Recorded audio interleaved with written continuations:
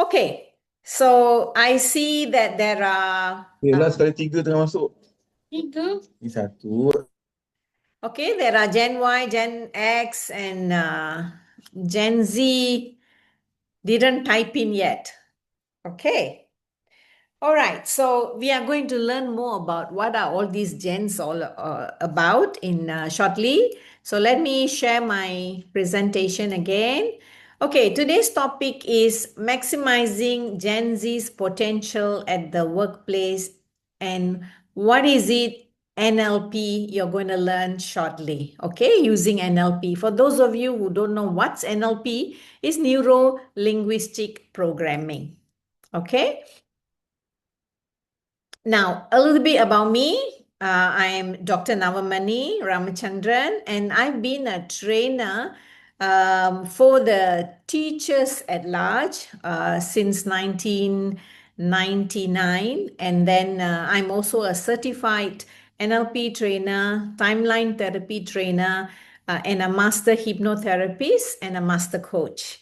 So I have received numerous awards. One of it was like Gopio International Women Entrepreneurs Excellence Award and also MIBA Award. I'm active in NGOs like Rotary, KLCK is Kuala Lumpur, Selangor Indian Chamber of Commerce and Industry, and MyWeb's an organization for Indian women entrepreneurs and professional. I'm a panel writer for parenting magazines on topics like special education needs as well as early childhood education. I've conducted parenting talks for organizations. I've also authored two books. One is Tun Dr. Mahathir's Legacy in 2005, and recently The Magic of Inner Parenting using NLP. And I have dedicated a lot of individuals and organization through innovative NLP training tools. And also I have done a few things in education, parenting, and entrepreneurship. That's a little bit about me. And today we are going to cover on how we can bridge the generational gap through NLP program, neuro-linguistic programming techniques. Okay, how many of you know or heard about NLP before? Can I see a show of like? Can you let me know in the comment box? Yes or no? Is NLP new to you?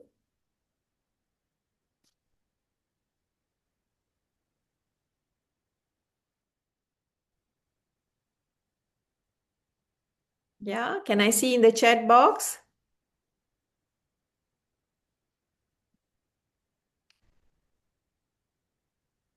Okay.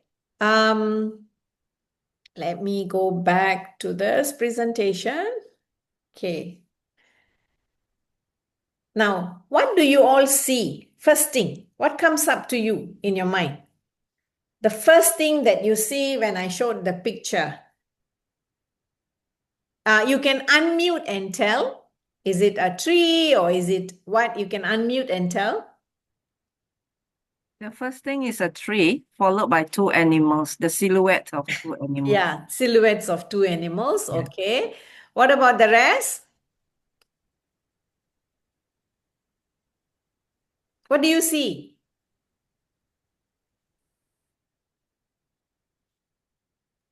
Come on. Fish. Yeah, some people see Fish. fish. Yeah. Okay, very Jumping good. out of the water, yeah.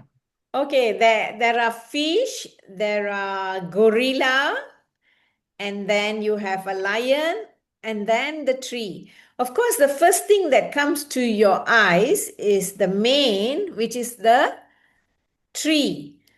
If you see, why first thing is the tree? Because most of us, generally, we all are logic thinkers.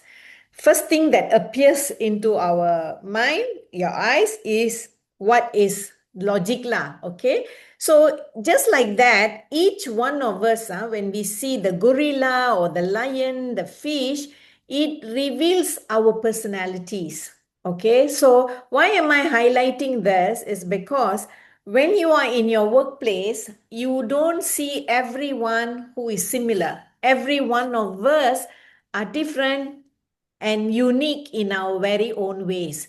So you have people who are very logic and straightforward, and these people will be like commenting, giving remarks straight away, direct. And at the same time, there will be people who are like very quiet. They wouldn't want to say much, and that sort of thing. And they have their own personalities. So this is what we mean by different personalities. So with that different personalities, we need to understand each other, why so and so is like that, why so and so is like this, and then only we could work collaboratively. If not, it's going to become a problem, like, oh, I can't see eye to eye with this person. This person is like this, like that. You go on commenting in that manner, right? Let me go to the next screen. You see, if you look at the generational personality type, the snapshot and work style, now you see, if you're a baby boomer, which none of you are, I am, okay? See, for us, we grew up after the World War II, known for being loyal, hardworking, and then our traits are we respect authority, we like stability, we prefer face-to-face chats. That's the most important thing.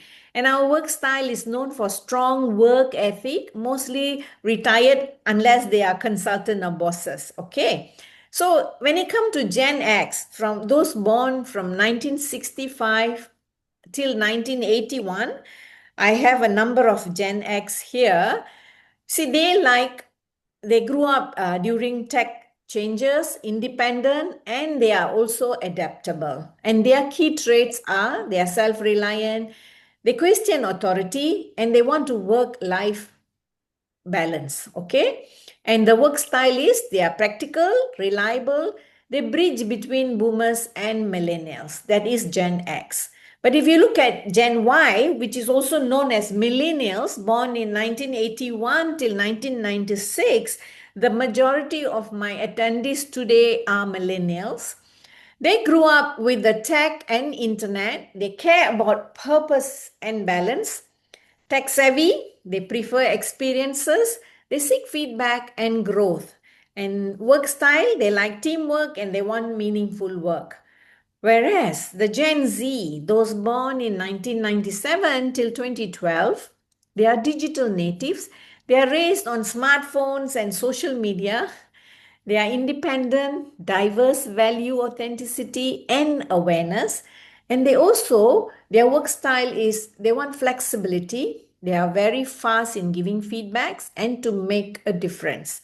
So this is the snapshot of different personality types of different generations. All right. Now, we must understand that we are all different. Okay, and you can see the synonyms of different here. Okay, we have digital natives, we have independent people, we have flexible, we have frugal, entrepreneurial, resilient, energetic, nostalgic, and tech savvy. So I'm sure you can identify which are the ones you fall into. The one I underline mostly are the Gen Zs, okay? See, what happens here, we need to respect each other for whatever the person is, okay? The respect and understanding makes the workplace, the environment much better, because this is going to make she understands me lah, that's why I can work with her, that sort of thing. So respect is very important, and in order for you to give and take back the respect, you need to accept. Acceptance is very important. Why? Because I personally have got a story to share. Me being a boomer, okay, my expectations were very different with the Gen Z. See, I was like, why isn't she looking at me when I walk into the office? Why isn't she coming and talking to me with regards to some work or whatever, and I only receive WhatsApp messages. See, these are the things that the digital natives, the Gen Zs, are good at, and they want to be like that. Whereas over here, we have very high expectation. We find that behaving like that is very disrespectful. So when you think in that manner, so what will happen is you feel like this person is no good, this person is not performing or whatsoever. So I realized that I need to understand that person's character in order for me to like accept whatever it is. So this is my personal story. So what happened, I actually had 2 to 3 Gen Zs who joined me left me because there was no understanding among us. There was no discussion on what you like, what you prefer, and what I like, what I want. There wasn't, until one fine day when I actually started understanding, these people are totally different. They want this way. They can even come and ask you, can I work from home? Can I be more flexible with this? Can I do, then you feel like that is their true nature, that is their character, their style. So in order for you to bring them to your style, you need to speak, you need to understand, you need to work along. So that's when I discovered that by doing that, it really, really makes a lot of changes in the workplace. And this really takes not a very fast kind of thing. You need to take some time. And I realized that using NLP tools and methods, it even works faster. So that's the reason why I came up with this particular topic, because I have a background of, yes, I did NLP, I trained for NLP, but the thing is, I felt like, who are the real people who need this NLP? Who are actually wanting, to use these tools and techniques in order to achieve certain goals, So that's why I decided, okay, this topic is a very, very good topic to dwell in. All right. So now I again would like to ask you all, what do you value most in a work environment? You see, this is actually to promote mutual understanding, respect, and appreciation. What would you like? What do you value most in your work environment? And number two, what challenges have you faced in the workplace when there is a generational gap? And number three, what motivates you and how do you prefer to communicate? Let's chat about that. Because I don't want to like continuously talk without knowing where are you all from or what you all think. So can we chat about it? You can either unmute or you can message me. You can unmute and say, or you can message me. Okay, so for example, the first question was, what do you value most in your work environment? Just reply for that. What would you value? Understanding, respect, that sort of thing.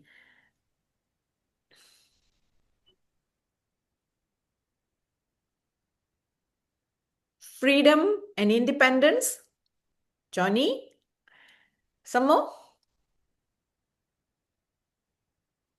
Non-toxic environment. Yes, definitely. You value the most in your work environment, huh? We'll go one by one. Okay. Harmony, working environment with group of people who's open for discussion. Yes, everybody will want that, right? Yeah. Recognition. Yes. Okay, now let's go to the second part. What challenges have you faced in the workplace? Now, while you are expecting this kind of thing, what are the challenges that you face with this particular this workplace, especially with the different generations? Okay. All right. Challenges?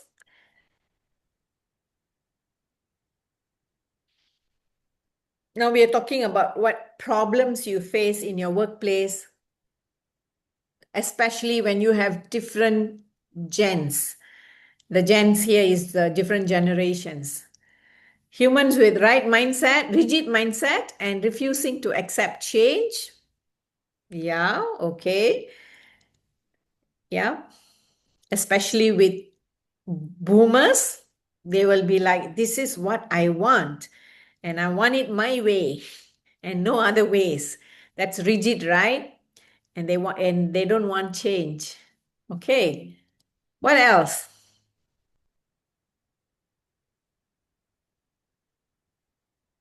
Anyone else? Challenges? Continuous?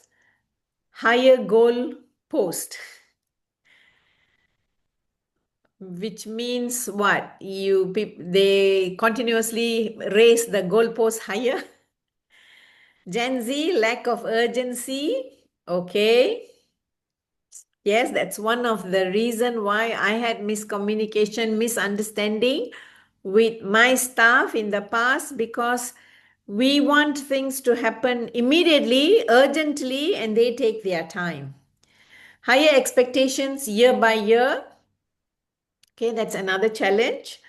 Okay, and let's move to the third one. What motivates you and how do you prefer to communicate? How do you prefer to communicate and what motivates you? I'm sure sometimes recognition motivates you. And what are your preferred style of communication? How would you prefer to communicate?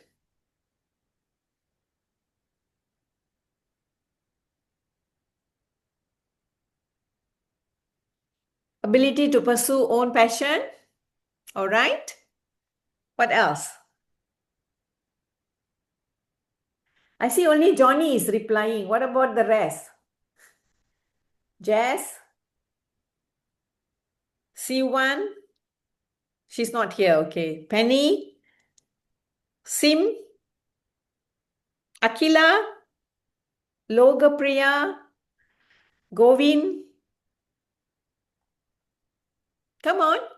If you participate, I will be able to, engage in what you need, what you actually want to learn, right? Okay, so let's move on to the next slide. This also is going to give you a little bit of work, which means we want to do a SWOT analysis.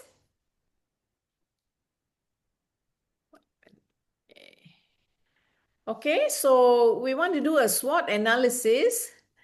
And this is, instead of threat, I have put it as challenges. So in the chat, you can write there, what are the strength, S dash what, weakness dash W dash what, and opportunities, O dash what, and what are the threats or challenges, C dash what, right? If you can do that, we'll see what are your strengths, weaknesses, opportunities. If you want to speak also, no problem. Unmute yourself and speak. Someone is trying to say, Emily? Emily, you are saying something? No? Okay. Anybody else? Strength, witty, quick, and full of new ideas. Yes, correct. S, strength, seemingly carefree. Good. What others? Weakness, easily bored. Yes, you're perfectly right. They are very easily bored. Digital natives. Do not like rules and orders. Do not like paperwork either. And the opportunities can engage them. All right. So we'll go to the next slide. Okay. Let's look at what is the strength and weaknesses one by one here. Let me close the chat first. Okay. So the strength of Gen Z, they are all tech savvy. They grew up with the internet, smartphones, and apps. They are quick to learn new tools and platforms. And diversity and inclusion, they care about everyone having a seat at the table, the race, gender, identity, background, all of it. These are the people who always don't even see the differences. When boomer says, oh, look at her, on the skin color, this and that, they say, no, you don't be judgmental. They come and tell you that. Work preference and flexibility, they don't believe in rigid 9 to 5, flex hours, remote work, and balance. Big yes. And then value being heard, socially conscious. They speak up, care about issues, and expect companies to do the same, from climate to culture. Purpose driven with entrepreneurial spirit. They are not just here for a paycheck. They want meaning in their work, and some want to build their own thing too. And expect transparency and mentorship, honesty, clear feedback, and real guidance matter to them. No sugarcoating or office politics. All right. So this is some of the strengths of Gen Z. If you look at the weaknesses, well, communication with other generation, they have got real issue, because their style of communication is not something that the rest will prefer. Their work-life balance expectation is totally different. Very often misunderstandings. They seek frequent feedback and recognition. They want everything to be given a validation, yes, good, oh, I like it. That's the way, that's all, that sort of thing. And these are all based on findings. It's not my personal opinion. And they have a lot of lack of attention span, okay, because they are digital natives. Things have to move faster, like how the reels or things move, it have to be fast. And they also do job hopping tendencies. They have lack of commitments and unrealistic salary expectations. So that also happens, and these are the weaknesses. Now let's look at the opportunities with Gen Z. They offer continuous, if you offer continuous learning opportunities, they will really, look for it. Digitally inclined, innovation and creativity. They have enhanced digital competence and enhanced productivity through latest technology. So if you are using some old technology, they'll just not stay with you very long. Okay. And the challenges with Gen Z. We have misunderstandings across generations, communication style preferences, definitely, balancing work and life, resistance to traditional management style, they can't take it, hierarchical structure, okay, mental well-being, one main issue with them. Every time they get so fast frustrated, they get anxiety, and all these are their challenges. Balancing ambitions with realistic expectations, and lack of financial literacy and planning. That's because they have been spoon-fed most of the time by the parents. They have been given whatever when they wanted. So they don't think how much you need and how much I should spend in order for me to last until end of the month. No, they don't have that kind of financial literacy and the planning. So this is basically the SWOT analysis with the Gen Zs. All right. Now, in order for you to work with them, you got to understand them, right? Let's look at how can we understand Gen Z. Gen Zs are great at solving tech problems. So if you have any issues with technology, you can always seek help from them. All right. And they prefer direct, visual, and digital first communication. Everything is digital. So they will prefer that one. Okay. And visual. Okay. These are the things that they would like. And they often miss non-verbal cues.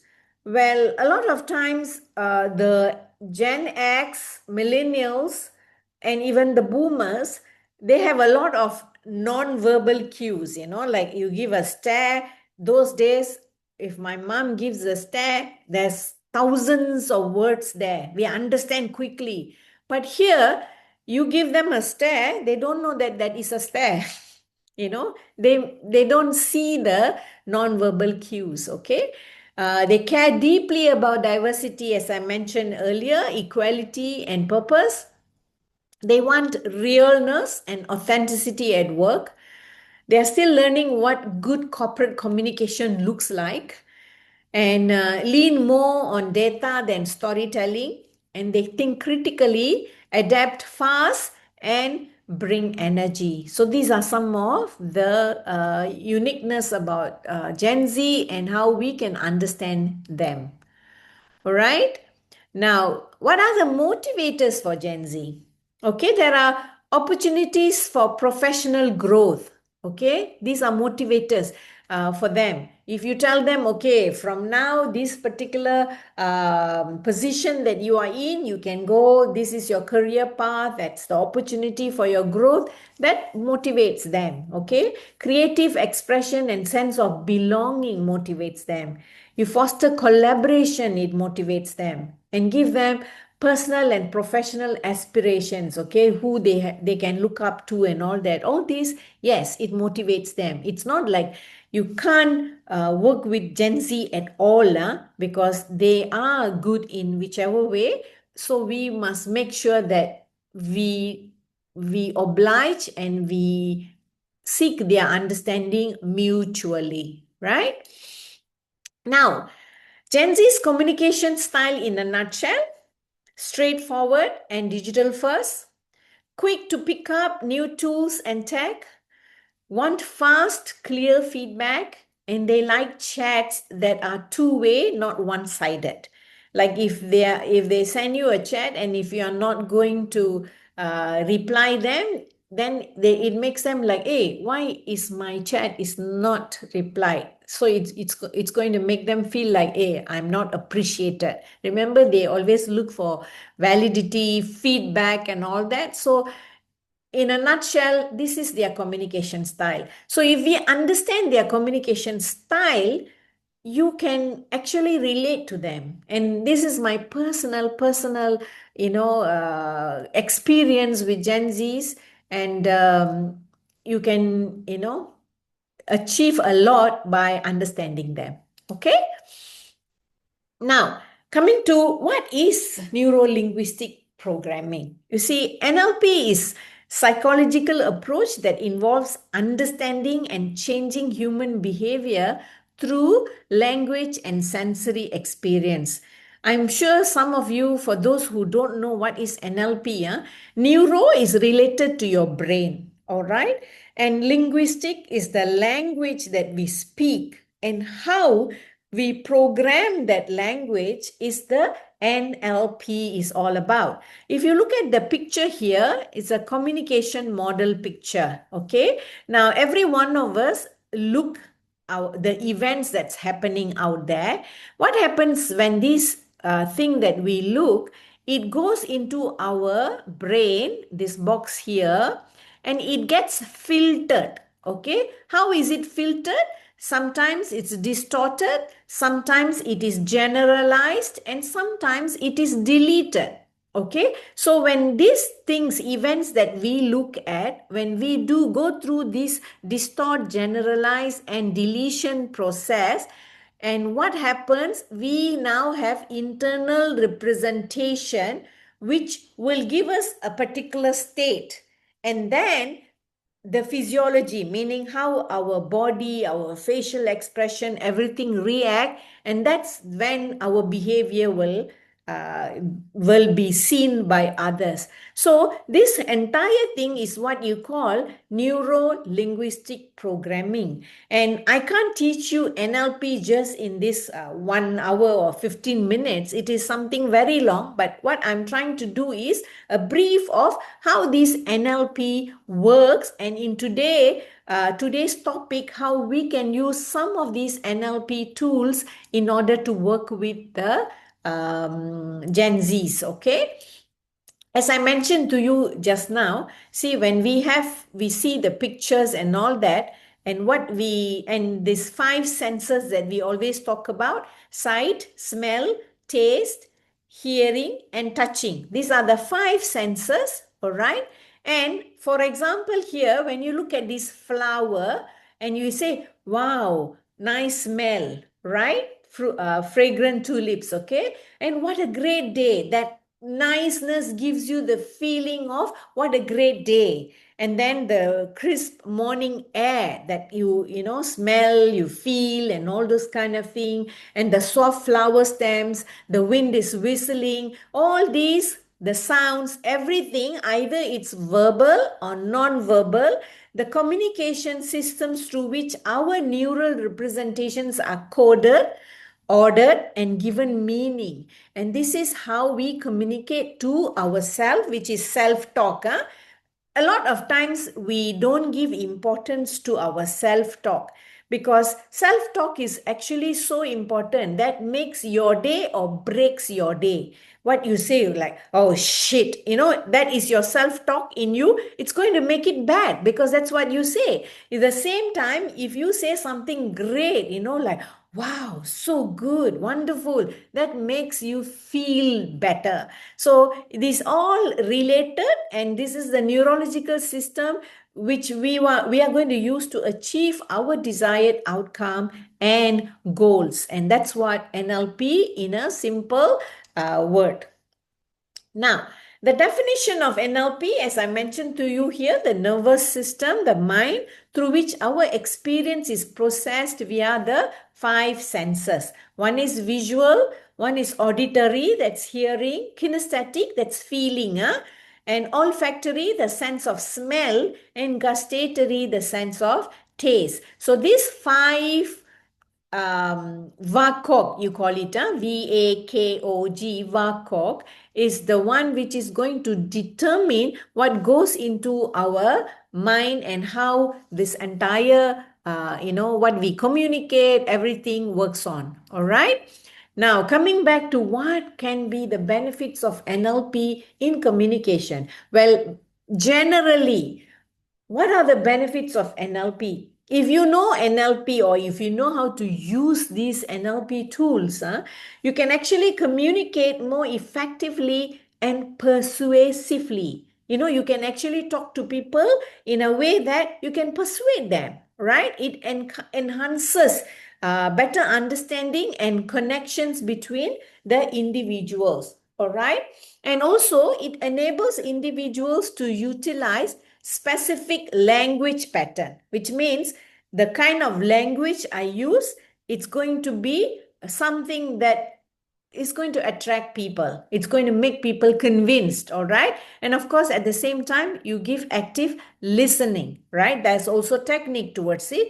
And to improve the rapport, the rapport building is equally important. How do you build rapport? If somebody likes you, they like whatever you say, they like whatever you do, because there's a rapport. If there's no rapport, there's going to be misunderstandings or whatever. It's not going to help you at all, right?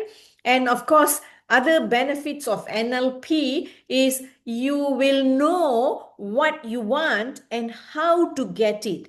See, that's the most important thing. If I have a goal to achieve, that is what I want, okay? And if I know how to get it, and that is how NLP can focus on smart goals and things like that, and the outcome, you know, you get what you want in a whichever shortest period or whatsoever, all right? And NLP, another benefit of NLP is it puts you on the driver's seat. If you are sitting behind, you are not driving, you are being driven by somebody to wherever they want to go, right? But if you are on the driver's seat, you decide what you want to do with your life, where you want to go, etc., etc. So NLP puts you on the driver's seat. Another NLP benefit is it changes your limiting beliefs. A lot of times we have limiting belief. For example, I cannot understand her lah. It's very difficult. I cannot work with her. I am this, I am that. That's your limiting beliefs that's controlling you. And NLP can remove all these kind of limiting beliefs, change your limiting beliefs, which I will again do shortly, explain to you how to go about it. And it also enables you to accomplish all your personal and professional goals. All right. So far, so good. Everybody, so far, so good? Yes? I have to open the chat and see. Yes. Okay. One person say yes. All right. There is some challenges when you do, Zoom trainings, because you don't get that physical. I can't see your verbal cues or non-verbal cues or whatsoever. So sometimes it will make me feel like, hey, I'm talking to the wall or so. So off and on, if you would want to unmute and say yes, it will be good. Thumbs up, yeah? Okay. Now, NLP techniques for engaging Gen Z, yeah? Now, you can, as I mentioned earlier, you can build instant rapport. All right. You can mirror body language, mirroring, you call it, matching and mirroring. You can use a representational system. The representational system that I spoke about earlier, especially visual, auditory, and kinesthetic. Visual, auditory, and kinesthetic, VAK. So if let's say I'm talking to Gen Z who is auditory, that means I use a lot of auditory, meaning my words are very, very important to that auditory person. If the person is with feelings, that this person is kinesthetic, then what I do impresses the person, not what I say, because auditory saying is for auditory person. If it is a visual person, showing pictures, showing activities, that will be better. So when you use representational system in a correct manner, you can engage the Gen Z appropriately. And of course, visualization and active listening will be helpful. Sensory acuity is also one of the main pillar of NLP, where we observe people as in anybody that you are communicating with, and when you are observing, you calibrate. So when you calibrate with the person that you are talking to, that makes a lot of difference in making the person follow what you want, that sort of thing. And of course, the other one is model excellence. Well, NLP, I'm sure you all would have heard about Anthony Robbins. Anthony Robbins is one good example of modeling excellence. When you see, wow, Anthony Robbins, people will pay 5,000-6,000 Sing dollars to attend his 2 days workshop, sometimes even 1 day. So that kind of excellence, he will make you walk on the fire, that sort of thing. So similarly in NLP, we say that when you want to be like somebody, you model their excellence. For example, let's say you like someone in our country. Who shall I say? It's very difficult to, pick someone. Somebody who's very, good, great. So that person, you look at that person's character, styles of living, his or her Instagram, post or FB or whatever. And you only model their excellent part, and you start doing the similar thing. In that way, you are able to become better like that person. So that's what it means by modeling the excellence. All right. So now, as we went through just now, this is a group work, so we are not going to do that. But what you can do in your workplace is you can actually use mirroring and matching in order to get the attention of the person you are communicating with. Okay, so what you can do is you can have your workplace, whoever you choose to, you sit down and you talk to them and you do mirroring and matchings. Like if they say, if they do like that, they keep on rubbing their nose like that, don't imitate them immediately, but you can mirror them. And to that extent, sometimes you see, like if they say yes, yes, and you go on yes, yes, that sort of thing, that actually creates a lot of mirroring and matching results. Okay, now, what are the language patterns that resonate? Okay, as I mentioned earlier, visual, auditory, or kinesthetic, when we communicate in a way that aligns with the other person's sensory language, it makes the message more relatable and impactful. And that also brings us to another NLP tool, which is pacing and leading. That means you pace with that person. It involves meeting someone in their model of the world and including their language and values before leading them toward new ideas or change. All right, I'll explain to you in a more story manner afterwards. All right, on this pacing and leading. And another NLP tool is anchoring positive states. All of us would have heard about what is anchor. Anchoring, like normally it's a TV program, there's a person called, oh, he is the anchor, that sort of thing. Or in a ship, you want to stop the ship somewhere, you put the anchor. So similarly, here anchoring in NLP, what we do is let's say like example, alarm clock. Every morning you put on an alarm at 7 a.m. The alarm rings. That is your anchor to wake you up, right? And if you were to notice, sometimes a certain music will become an anchor, like MACD or KFC or Coca-Cola, that music in advertisements, that becomes like, brings you some memories. Okay, or it can be an anchor, like when you are driving, you look at the red light, automatically your anchor is, I need to stop. If you see a green light, you go. So these are some anchors in life, right? So NLP anchoring techniques actually can help Gen Z manage their emotional state during high pressure situation. Example, when they cannot take too much of, like, the boss gives a lot of work and they are like so stressed and anxiety, they go to the toilet too many times and all those kind of thing. If they know how to anchor positive states, then they can calm down themselves. All right, so anchoring is actually by associating a specific stimuli with a positive feeling, and then they can enhance their confidence and motivation when faced with a challenge. So let me give you an example. Let's say you are very negative, you are down, you are emotional, you are, maybe you got up at the wrong side of the bed, and then you first thing you open your WhatsApp or whatever, there's a negative message, and then your boss fires you with all kind of words, you are very down. Let's say everything that happened to you on that particular day is so deteriorating or whatever.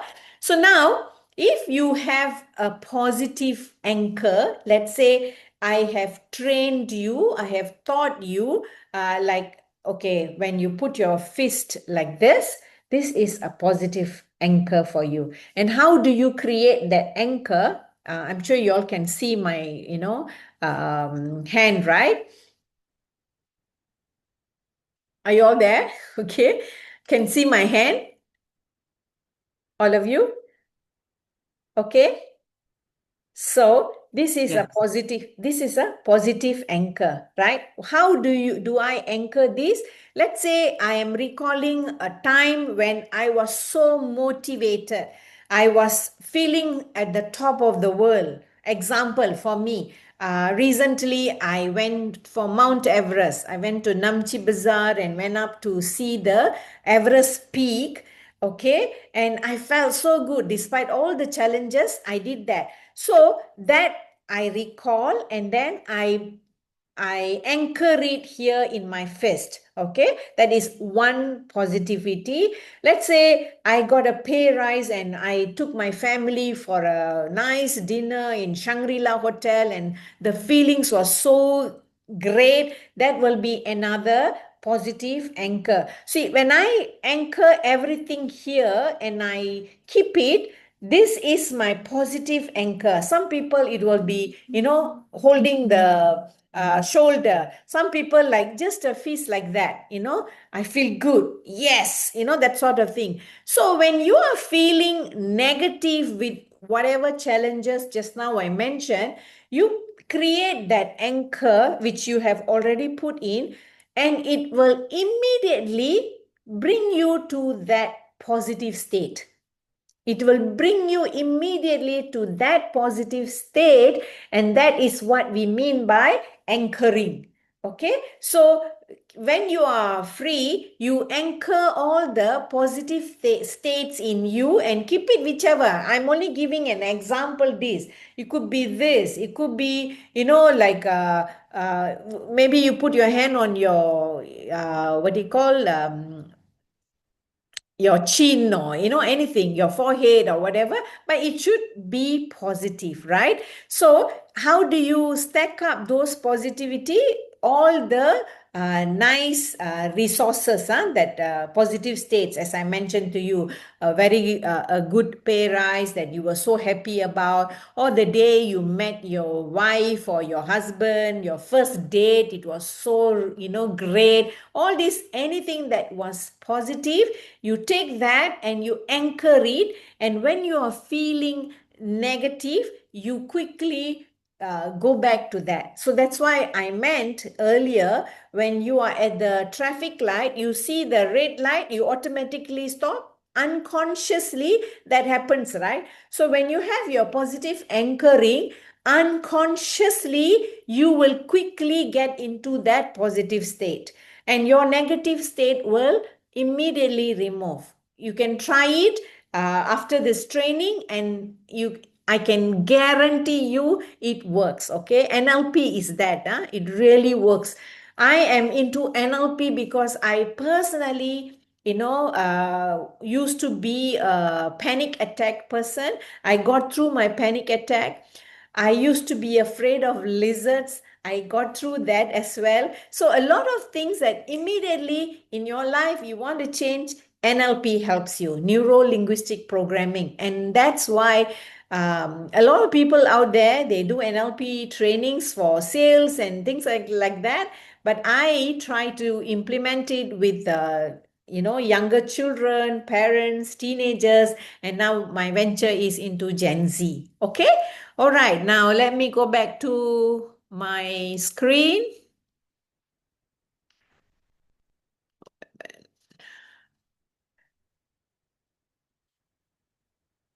What happened? Okay. Share.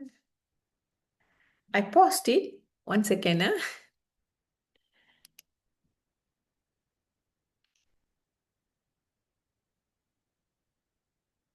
Can you all see my screen? Yes. Can see my screen? Yes, correct. Oh, okay. I can't see my screen. 1 second. Okay. What happened to it? Share. I think I reduced the size, I guess.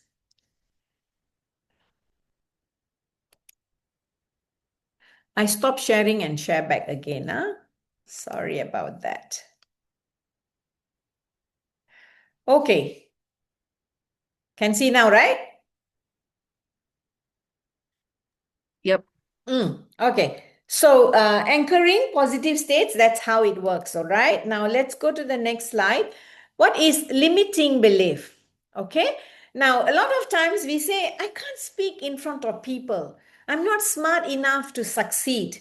all those I can't, I cannot, I cannot climb mountains.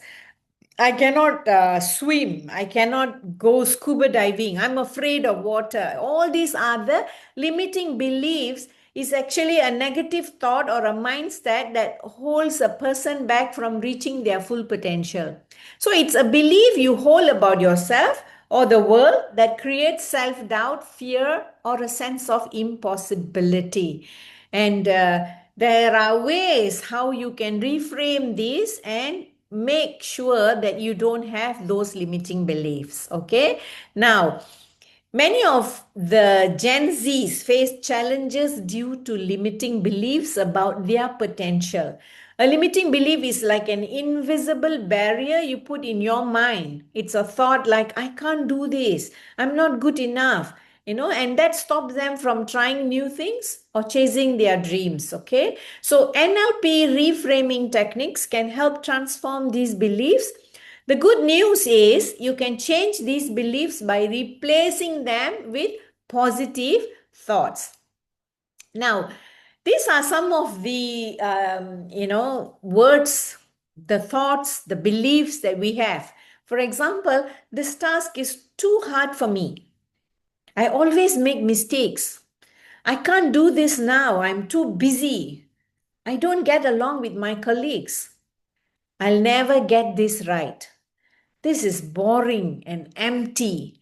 They don't listen to me. See, these are sentences you can actually reframe, okay? Reframe so that it doesn't have to be that way. All right. Of course, my original idea was to ask you all to reframe it, but looking at the way things goes, let me just show it to you, right?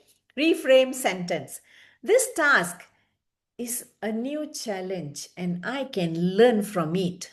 Instead of saying what you said earlier, what was the earlier statement for this? This task is too hard for me. Now you say, this task is a new challenge and I can learn from it. That way, it builds confidence and growth mindset. The next one, this task, I always make mistake. I always make mistake. So here you reframe it. Mistakes help me learn and improve. And that encourages learning from errors, right?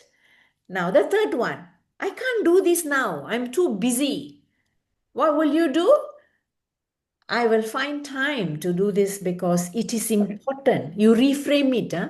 I will find time to do this because it is important. So that promotes prioritization and stress management. I don't get along with my colleagues. Okay, that one you can reframe it. I can find ways to communicate better and work as a team. That focuses on solutions and teamwork.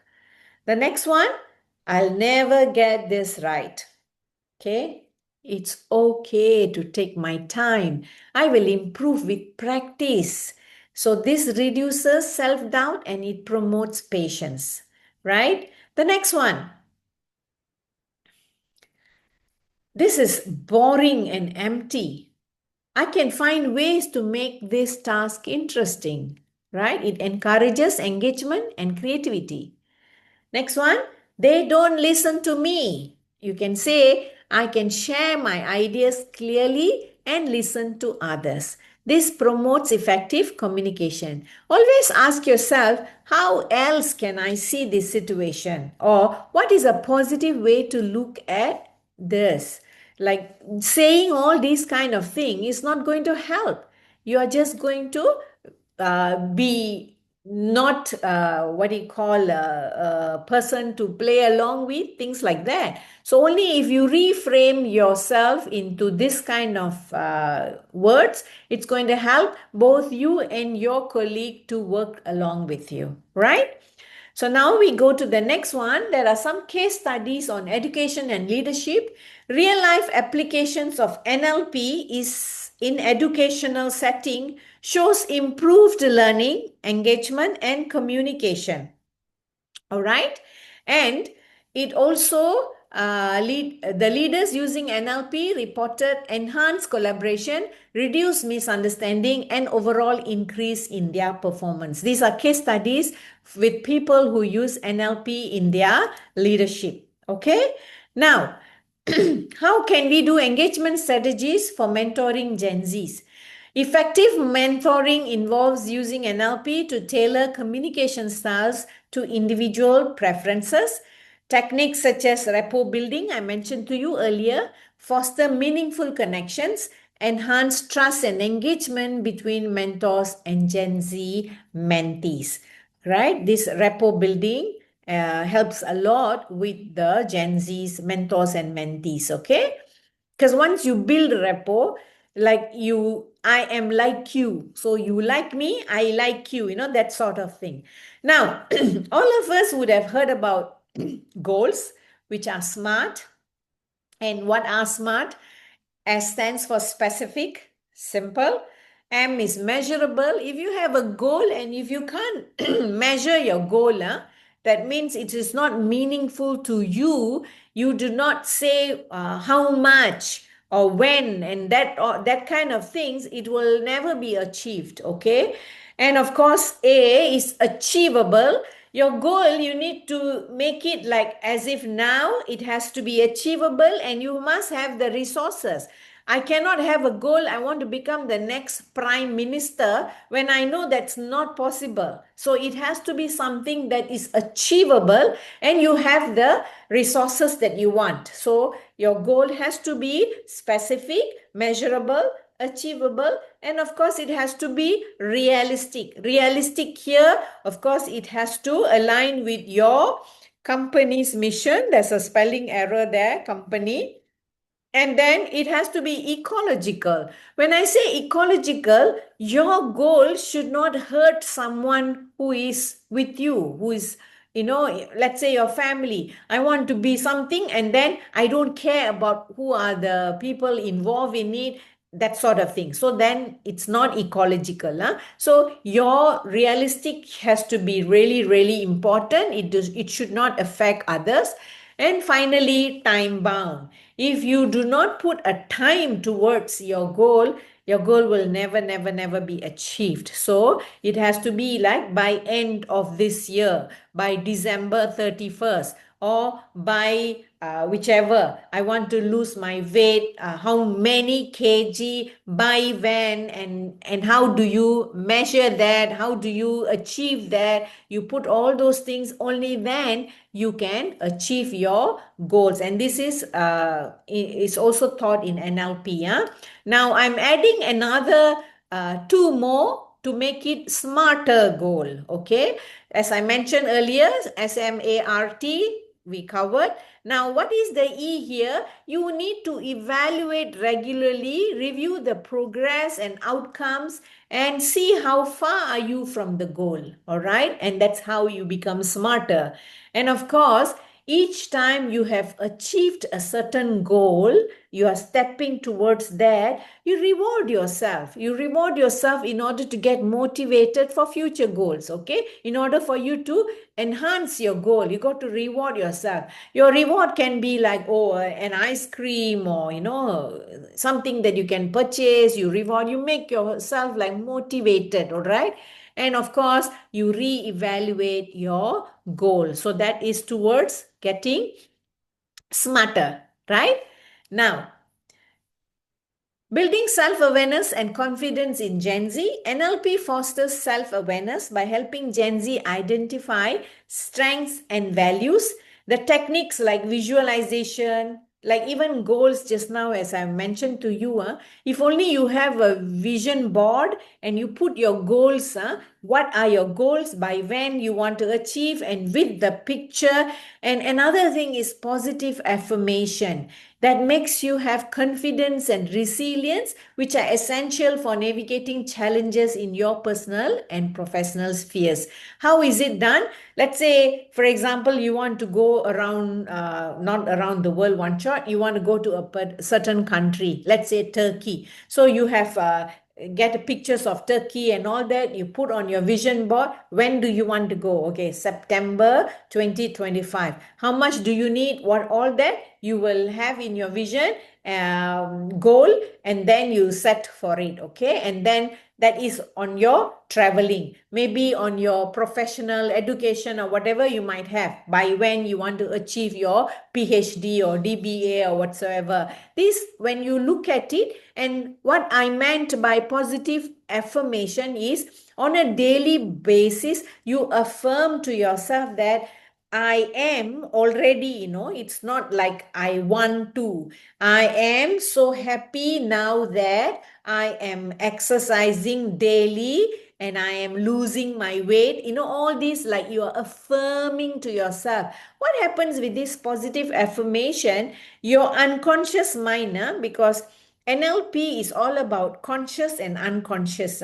We all, for your information, we work on a daily basis only 5% conscious, 95% unconscious. If you are getting up in the morning and walking to the toilet to take your toothbrush and paste and brushing your teeth, all that is unconscious because it's already in your routine. Similarly, you get into your car, you drive to your workplace, it's all unconscious. So that is why they say 95% of what we do on a daily basis is unconscious. So in order for you to get into your unconscious mind, you need to do this positive affirmation. So your unconscious mind will believe that you are already having it, and it will take you there in order for you to achieve those goals. So that's what the positive affirmation works with people with goals, especially. All right. Now, that's about it. And this is my Instagram,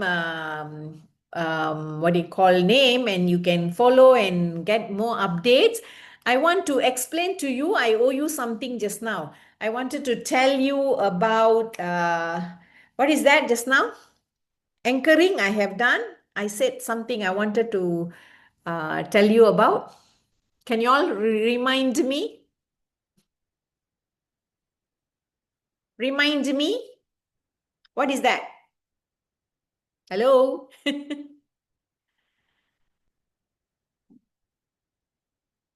No? Just now I said I will explain to you later. What was that? Repo building, is it? Yes? No? Are you all there? Yes, yes. It's just that maybe we have also forgotten. Okay. Did I say repo building? I'll come back to you later. Is that repo building? I said I will explain to you later. Or limiting beliefs. No, limiting beliefs, I explain. Okay. Let's say take repo building. Okay. What is repo building? As I mentioned to you, if you have a good repo with someone who likes you, like for example, it will be very easy to sell something to someone who likes you, isn't it? Yes? You can unmute yourself and say yes, no, that sort of thing. No need to be so muted. Okay? Right? Loga Priya, are you there?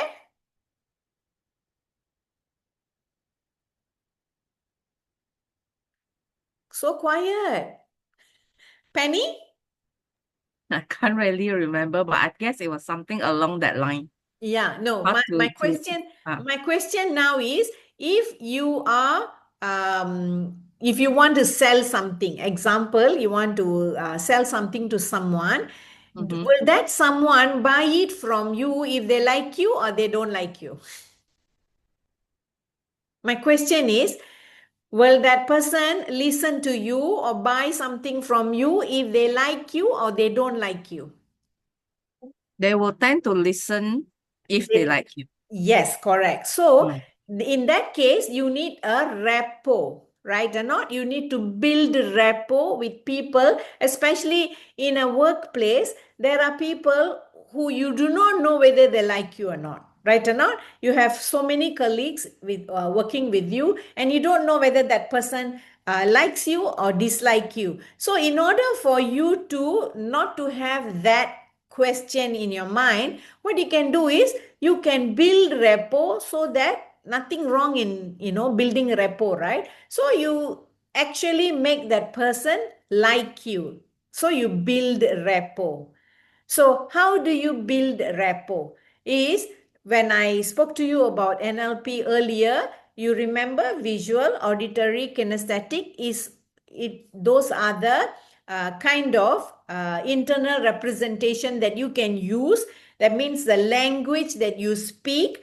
Let's say I want to build rapport with Amelia, and Amelia is auditory. So what I will do, I speak in such a manner, her listening will definitely like the way I speak. I cannot like shout at Amelia because Amelia is auditory. So I need to be like soft, I need to be nice, when I speak. I cannot do things with Amelia, but I can say things to Amelia because Amelia is auditory. So in that way, you build rapport with that person. Another way is when you are actually sitting down in front of each other, let's say you're having coffee or you're having a break or whatsoever, you observe that person, what that person likes and dislikes. So the person like to do certain things, you also mirror them. So when you mirror that person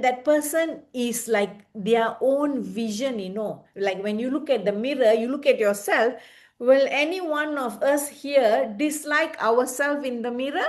Definitely not, right? So when you mirror a person, that person will tend to have liking towards you because, hey, you are like me, that sort of thing. So another thing is, you remember not, when we meet some people in a very big group, we always get like, wow, you are same kampung with me, ah. Like, hey, where are you from? Oh, I'm from Sungai Petani. So, oh, I'm also from Sungai Petani. Number one, we already same kampung, So the liking towards that person is already there.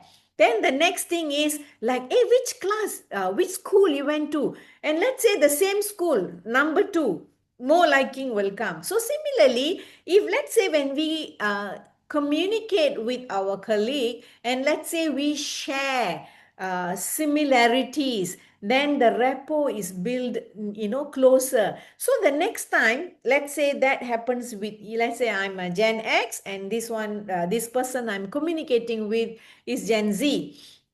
Now Gen Z says that, I'm on TikTok, I'm on Instagram. Then this Gen X who is not on TikTok, who is not on Instagram, you can, mirror the person and say, oh, really? What is that you like about TikTok? What do you actually watch? So then the Gen Z will be like, wow, I've got someone who wants to listen to me about what I like, what I want, and they tend to have some, like, okay, I want to listen to you, that sort of thing. So building rapport is so important because in that way, once you already build a rapport, the people that you are communicating with, no matter whatever gen they are from, they tend to have like, I like talking to, Penny. I like talking to Jess because Jess is, always like this, she's like that. So they come back to you. So when they come back and they confide in you, they tell you, they say that, oh, these are my problem. And if you could help them with their problem may be very,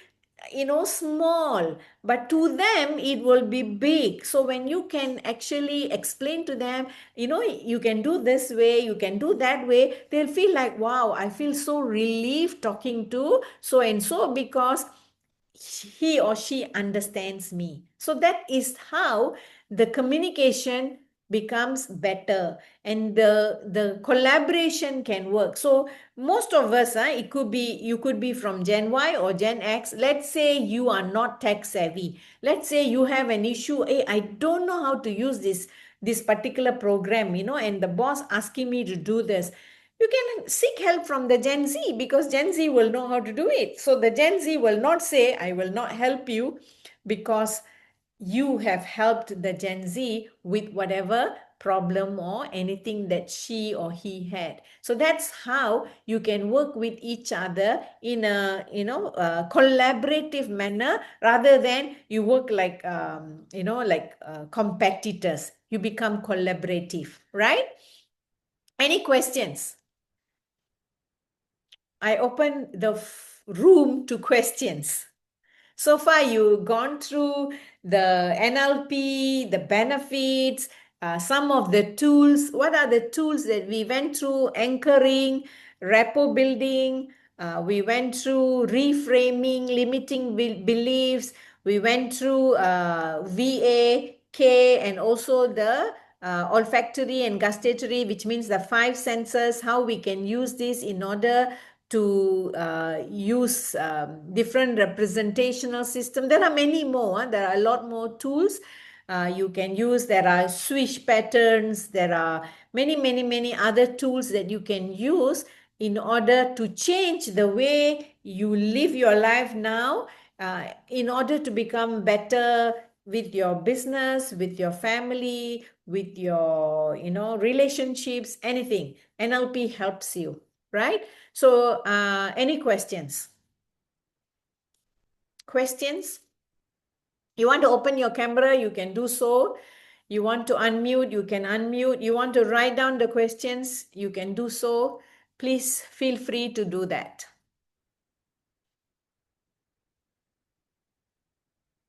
I'm waiting. No questions?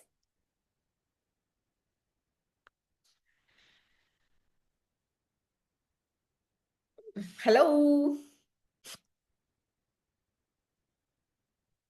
Looks like there's no questions, yeah?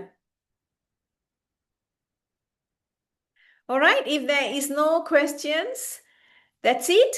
I have done my presentation on maximizing Gen Z's potential. Yeah, no questions. All right. Anyone else? Okay. So if there's no questions, that's the end. Thank you very much for attending. Right? Thank you so much, Dr. Nawa. Yes, thank you. You want to take a photograph? If you want to on the camera, I will just take a quick photograph, screenshot. Anyone? No? All right. Thank you. Thanks for attending. Bye.